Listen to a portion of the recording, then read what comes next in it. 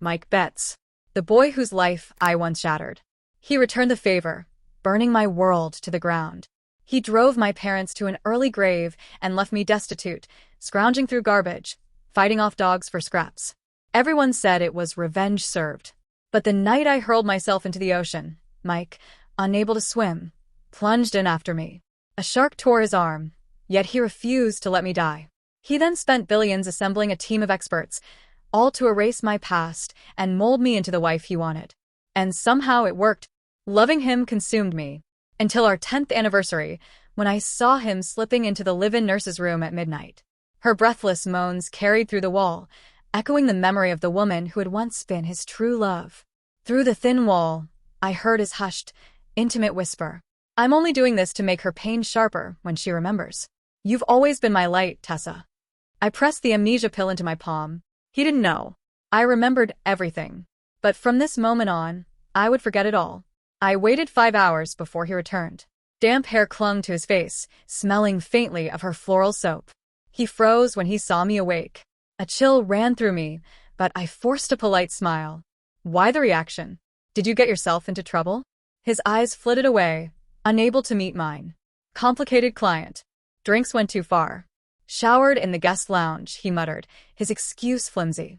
Anyone who knew his reputation as the Reaper in business would have laughed at such a clumsy story. I didn't call him out. Instead, I rolled up my robe sleeve. A jagged burn marred my forearm. Tessa did this, I said flatly. She needs to go. Mike glanced at it, brow furrowing briefly before smoothing. It's minor. I'll have the doctor check it tomorrow. She's young, clumsy. I'll make sure she apologizes and covers the bills. I almost laughed. He had once expelled his own mother from the house for speaking against me. For years, he'd replaced staff at the slightest offense. Yet now, a gaping wound on my arm was minor. Playing the dutiful wife, I covered the scar again. I know. Won't hold it against her. A kid my age. I press my fingers to my temples, sharp breath filling my lungs. My head hurts. A side effect of the memory-wiping drugs. But this time it was real. Again, he sighed. You should be over this by now. Stop using old ailments to drain the staff. And don't wear me out. I have an international call early. I'm exhausted. The silence in the room was suffocating. My hand touched the wedding band. Without effort, it slipped off. Pain exploded through my skull and chest. Memories of Mike, the ring, the vows, splintered, dissolving into nothing. By morning, he couldn't find me. Panic rippled through the mansion. Security searched the grounds. They eventually discovered me in the wine cellar, coiled with a venomous viper. Don't move. Mike threw himself over me without hesitation. The snake's fangs sank into his neck. His face turned blue-black almost instantly. At the ER, they pumped him full of blood, barely saving him. The doctor's scolding was sharp. 10 minutes late, and he could have died. All eyes burned into me. I was at fault. I had insisted on retrieving a teddy bear, wasting precious time. Mike's assistant snapped, shaking with anger. A bear over his life? After everything he's done for you? Mike's expression hardened. You're fired. HR on your way out. Only then did he look at me. Pale, bruised, yet smiling. Don't listen to him. For you, I'd give my life, no hesitation. I hugged the worn teddy bear and returned a small smile. This wasn't any bear. It was the one he had gifted me in high school, the one I had once cruelly rejected in front of the entire class, throwing it away with a $10,000 note in its place to mock him. Time had softened him, made his hands smooth and refined, far from the boy whose hands had once been raw and blistered. The door burst open. Tessa charged in, flinging herself at Mike, sending me stumbling. My burn split open, blood seeping through my sleeve. Mike's gaze lingered on her, concern etched into every line. I was invisible. Overly empathetic, he muttered to the doctor, dismissing me. Yet he ordered a scan for my headache. He never once looked at the spreading stain of crimson across my sleeve. Suddenly, Tessa yanked me down, shoving the teddy bear against my face. You'll feel what suffocation is, she hissed. Blackness consumed me, panic roaring. I clawed at the floor, screaming his name. Mike's voice sounded distant, calm. Then he turned to the doctor. Process this memory for Evelyn, as before. It wasn't the first time. Tessa had repeatedly hurt me while he allowed it, masking the attacks as lessons, wiping my memory each time. Every betrayal, every scalded spill, every shove down the stairs, they returned in shards of fractured recollections. Until one night he finally gave in. He stood there, a cigarette dangling from his lips, eyes bloodshot as they locked with mine. His voice was hoarse. "Evelyn, there's too much between us," he admitted. He was right. All the humiliation from our youth, my family's ruin, the arm he had lost for me, it was a river of blood and vengeance we could never cross. I was strapped into the treatment chair, electrodes pressed against my scalp. Mike moved closer, his face unreadable. Seeing the tear streaks on my cheeks, he bent down and pressed a gentle kiss to my forehead. "Sleep now, Evelyn. When you wake, it will all feel new again." But the doctor's caution cut through the air. "Mr. Betts, these memory wipes are happening too frequently. Continued use could cause permanent brain damage." Mike's jaw tightened. I can't let her hate me." ZZZT. A sudden jolt of electricity scrambled the painful memories in my mind. The teddy bear I had been clutching fell to the floor, tumbling into the trash, just like that night in high school. But this time, no one would retrieve it. I slept for what felt like an eternity. When I awoke, a vaguely familiar face hovered over me. "Who are you?" I asked, pulling my hand back. Mike's eyes widened in panic. "Evelyn, it's me. Your husband. We've been married 3 years. You love me. You told me I was your entire world." When I didn't respond, he kept talking, repeating declarations of love that no longer resonated in me. The facts seemed familiar, but the emotions were gone, surgically stripped from my memory. "I'm sorry, my head hurts," I said, instinctively soothing him. Mike froze. His gaze fell on the teddy bear, now discarded. He called a nurse immediately, muttering, "Dreams aren't real, Evelyn. Don't believe any of it." I watched silently as the bear was taken away. "Time to throw it out," I said calmly. "Just like our love." Despite doctors ordering rest, he clung to me, never leaving my side. Except at night. I would wake to find him slipping out to Tessa, sometimes returning to our room, their passion stark against my helplessness. "Mike, when will you let Evelyn recover her memories?" Tessa's voice echoed between the sheets, dripping with frustration. 10 years of marriage wasted for revenge, enough. "Soon," he always replied. Meanwhile, Tessa secretly spiked my medication. Mike, terrified I might discover her betrayal, had already been increasing the drugs in my meals. My memory unraveled, days blurred, hours vanished. He seemed pleased, mistaking my detachment for contentment. Until that night, when everything erupted. During dinner, the mansion doors were flung open. Tessa, disheveled, dropped to her knees before me. "My mother has a heart condition. Leave my family out of this," she shrieked, tears streaming. Outside, cameras flashed, reporters shouted questions. "Mr. Betts, what do you say about your wife's claims of an affair with Ms. Vance? Was your decade-long devotion a lie?" Mike's eyes darkened, storm clouds behind them. He didn't touch me. Instead, he helped Tessa to her feet and promised to handle her. He arranged for her family to be sent abroad. Tessa's eyes glinted with malice. Minutes later, news arrived.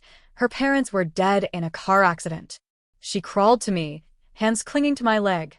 "I ruined my family. It's all my fault," she wailed. Mike's grip on my wrist tightened. "How could you be so cruel?" Tessa collapsed to the floor, begging him to leave her family alone. Mike released me to assist her, but she toppled forward into me. A warm, shocking wetness spread down my leg. Blood. She clutched her stomach, screaming. "I told you, I wouldn't fight for him. Why did you kill my baby? You faked your amnesia, skipped your meds, all to get revenge today." Mike's face darkened. "Search her room." Moments later, a maid returned with a dusty box from under my bed, years of untouched pills, full to the brim. Crack.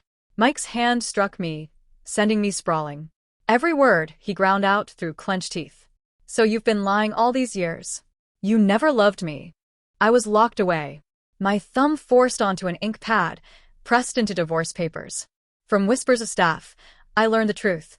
Mike and Tessa were marrying. The official story framed me as the villain. My marriage was a lie.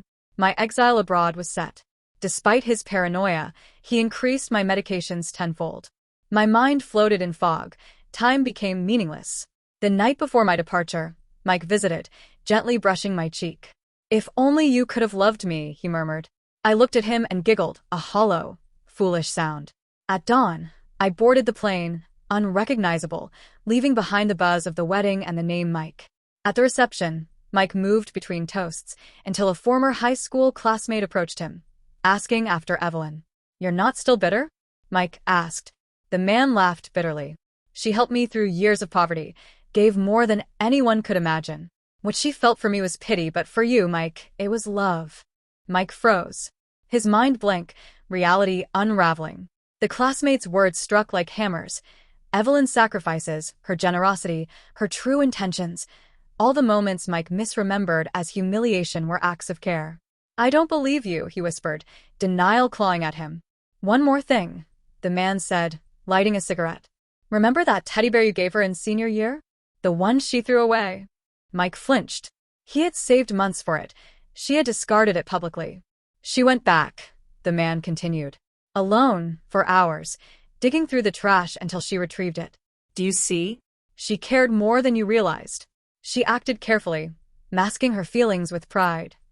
Decades of resentment crumbled. Every wrong assumption, every bitter memory gone. Mike's chest tightened. He hated his blindness, the pain he had caused her. But it wasn't too late. If he could erase the recent betrayals, undo the heartbreak, they could start again. Divorce papers with Tessa hadn't even been filed. Mike left her behind without a backward glance, promising compensation through his staff, and boarded a first-class flight. He had to find Evelyn. In a sun-drenched garden at a wellness retreat, he finally saw her. Watering roses, serene, beautiful. "Evelyn," he called hoarse. She turned, eyes clear but unknowing. "A stranger." "Excuse me, are you talking to me?" Mike froze. Her lack of recognition struck him like a physical blow. Mike slammed his fist onto the chief physician's desk, veins standing out like crimson threads. "What happened to your guarantees? You said it would be temporary. No side effects." The doctor, adjusting his glasses, slid a thick folder across the desk. "Mr. Betts, the first procedure went exactly as promised. When it was done early in your marriage, Evelyn recovered both physically and mentally, without complication." He tapped the top report, then moved down the stack, his tone growing colder. "But subsequent sessions? Month after month, nearly every time you brought her in. What did you think this clinic is? A dumping ground for mistakes." Each report was a dagger to Mike's gut. He remembered every night he'd let Tessa hurt Evelyn, every time he'd been late, every moment he'd chosen illusion over truth. He had forced her onto those cold chairs, over and over, just to preserve the lie that she still loved him.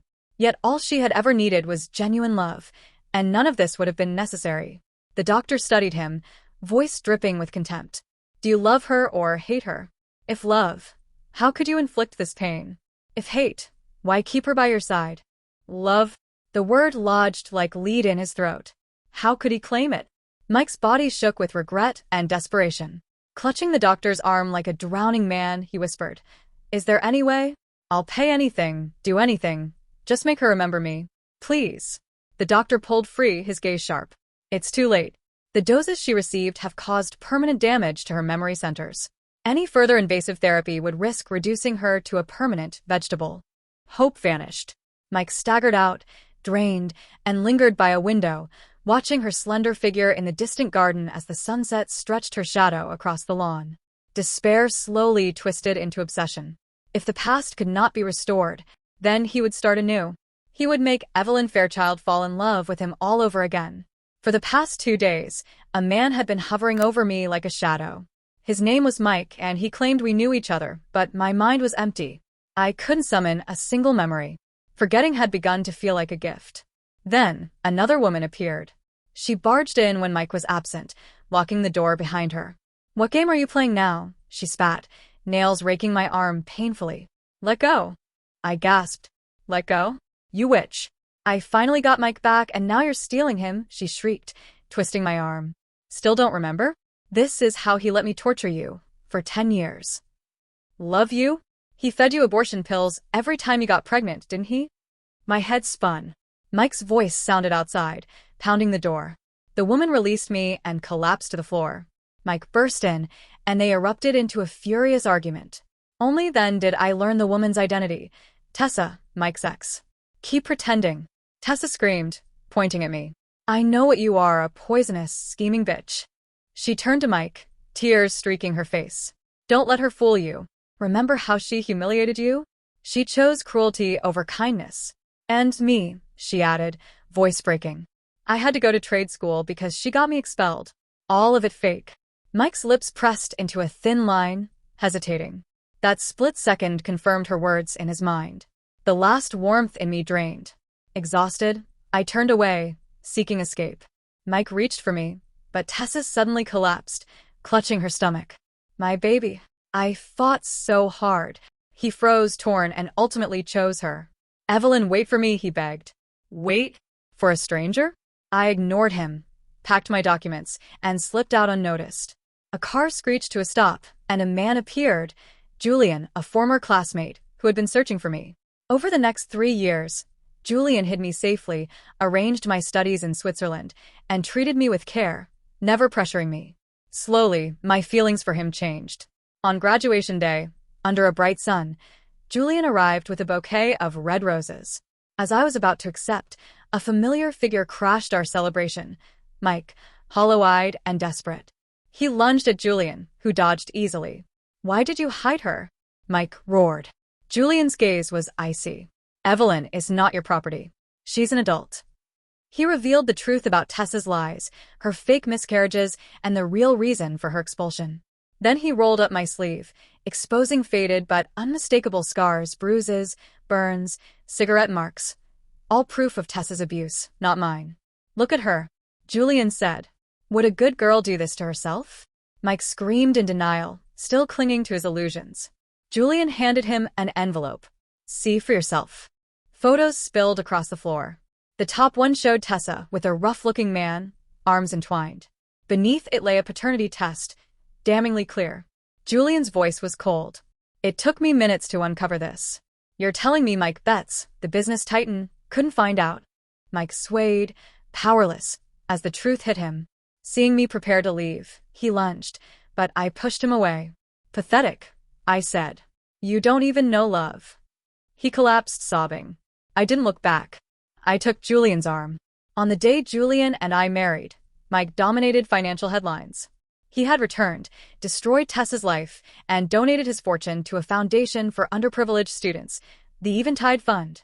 A reporter asked on live TV about the name. Mike, thin and fragile, smiled faintly. I'm waiting for someone to come home. Julian wrapped his arms around me, whispering teasingly, Hear that? Eventide. That's him, calling you across the airwaves. I elbowed him. Trying to start something? He grinned. Aren't you touched? Your ex liquidates a fortune, hoping you'll return. I laughed. Try touching a penny of ours and see what happens.